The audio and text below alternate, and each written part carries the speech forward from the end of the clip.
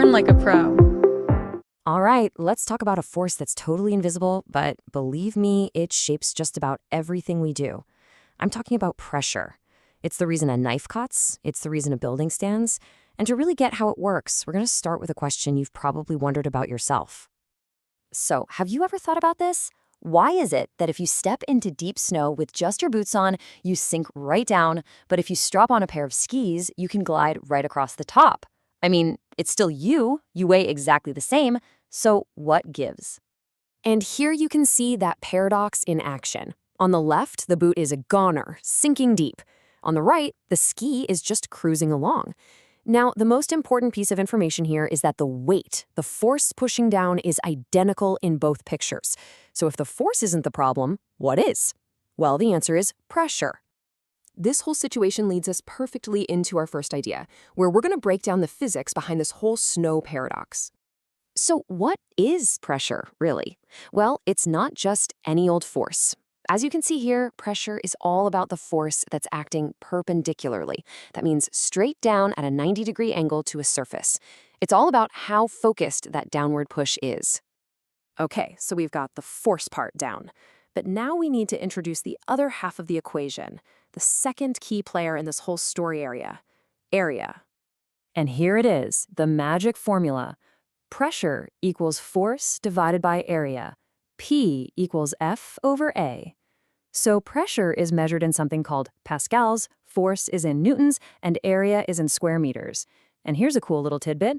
A pascal is really just a nickname for 1 newton of force being spread out over 1 square meter of area.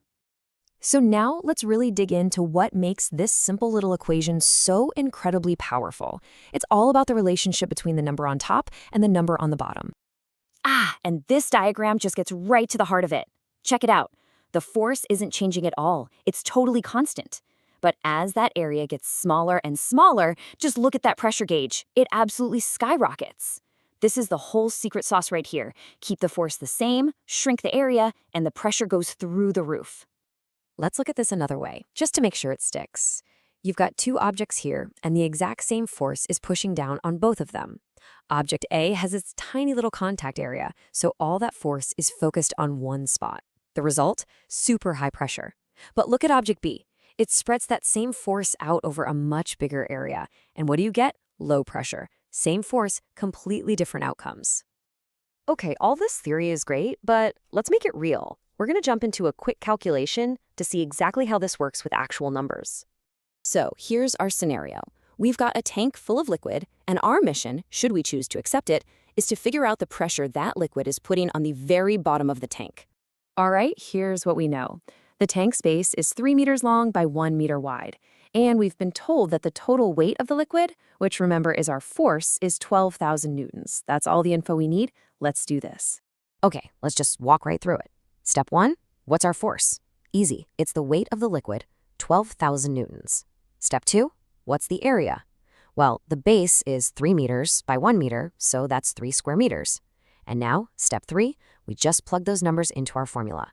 Pressure equals 12,000 newtons divided by 3 square meters. And there we have it. The pressure at the bottom of that tank is exactly 4,000 pascals. See? Simple, clean, and a perfect example of the principle at work. So now, let's zoom back out. Because once you really get this equation, you start to see that a huge part of engineering and design really just boils down to one fundamental choice. And this table just lays it out so clearly. You want to cut something? You design a knife with a tiny area to increase the pressure. You want to avoid slipping? The treads on your boots use a smaller area to increase pressure and grip the ground. And skis, they do the exact opposite. You use a massive surface area to reduce the pressure so you can float on the snow. It's all about changing the area to get the result you want. And that's really the big takeaway here. At the end of the day, whether you are designing a hypodermic needle or the massive foundation for a skyscraper, you're making the exact same decision. Do I need to concentrate this force or do I need to distribute it? And that kind of leaves us with this one final thought. Our entire interaction with the world around us isn't just about how hard we push on things, it's about the space we're pushing through. So the next time you see a sharp point or a wide, flat surface, you'll know exactly what's going on. You'll know that controlling pressure is really just about mastering area.